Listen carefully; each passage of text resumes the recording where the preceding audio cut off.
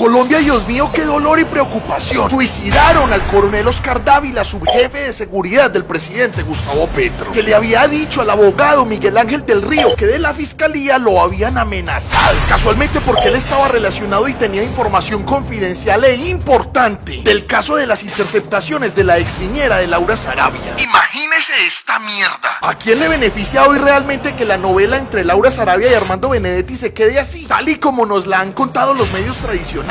¿A quienes le beneficiaba que no se metiera personajes como el coronel fallecido Oscar Dávila para dar detalles aclaratorios?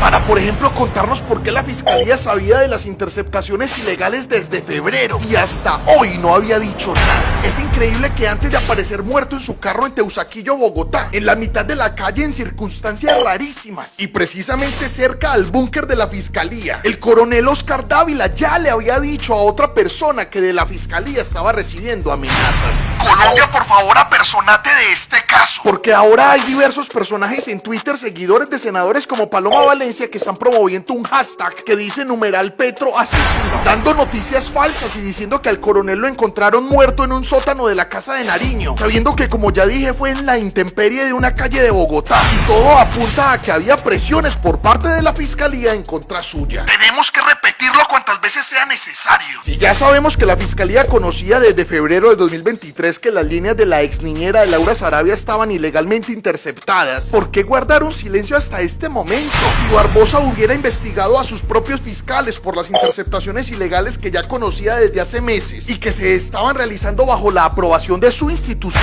probablemente la vida del coronel Dávila se hubiera salvado. Tengan esto en su mente. El coronel Oscar Dávila, fallecido en circunstancias extrañísimas, tenía información crucial que podía cambiar la historia, como nos la han contado los medios tradicionales, sobre el caso que le costó el cargo a Sarabia y a Benedetti. Este tema es trágico, obviamente, por la muerte que lleva consigo, pero es mucho más grave de lo que creemos y la verdad me asusta, sobre todo por cómo enmaraña muchísimo más el caso de las interceptaciones de la ex niñera. Este país tiene que estar conmocionado por esta muerte, pero hay que compartir esta información y que se investigue a fondo lo que está pasando. Aquí hay manos oscuras muy poderosas que están haciendo todo lo posible para que no descubran que ellas están maniobrando todo este escenario, con fines más oscuros aún, y no sabemos hasta dónde puede llegar, refiriéndonos incluso a las intenciones que hay de tumbar al gobierno de Gustavo Petro. Lastimosamente, la historia reciente de nuestro país no nos da mucha esperanza, porque los antecedentes que tiene la fiscalía ya nos habla de casos cruentos, de personas que, pudiendo haber sido testigos cruciales en casos que salpicaban a los fiscales generales, fueron suicidados.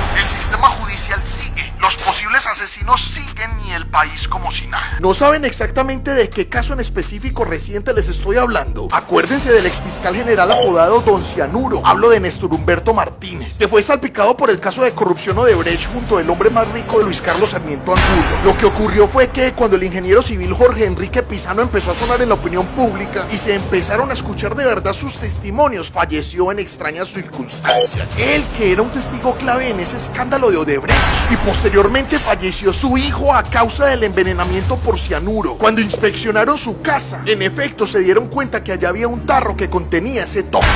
El fiscal general Néstor Humberto Martínez, cuando se dedicó a investigar al fiscal general Néstor Humberto Martínez, lo encontró inocente. ¿Será que va a pasar lo mismo con el fiscal general Barbosa, sus fiscales subalternos y el papel que cada uno de ellos jugó en el caso de las interceptaciones ilegales de la ex niñera de Laura Sarabia? Dios mío, yo no puedo creer que en este país sigan asesinando gente justo ahí en su capital, cuando ésta dispone de información sobre escándalos políticos. Con todo esto, de verdad que yo no sé ni qué pensar y me deja un desasosiego de país. Es como si la historia una vez más se estuviera repitiendo, como cuando ocurrió el caso de Odebrecht y estaba al mando de la fiscalía Néstor Humberto Martínez. La desconfianza con el ente acusador hoy aumenta cuando vemos los intereses políticos evidentes de Francisco Barbosa, que parecen posicionarlo en una campaña del Centro Democrático de Oposición antes que en un ente judicial.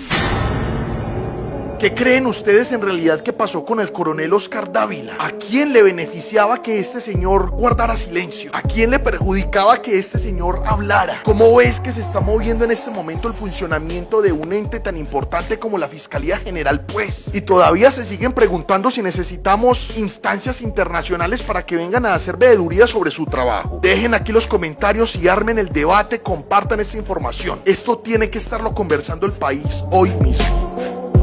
Compradía.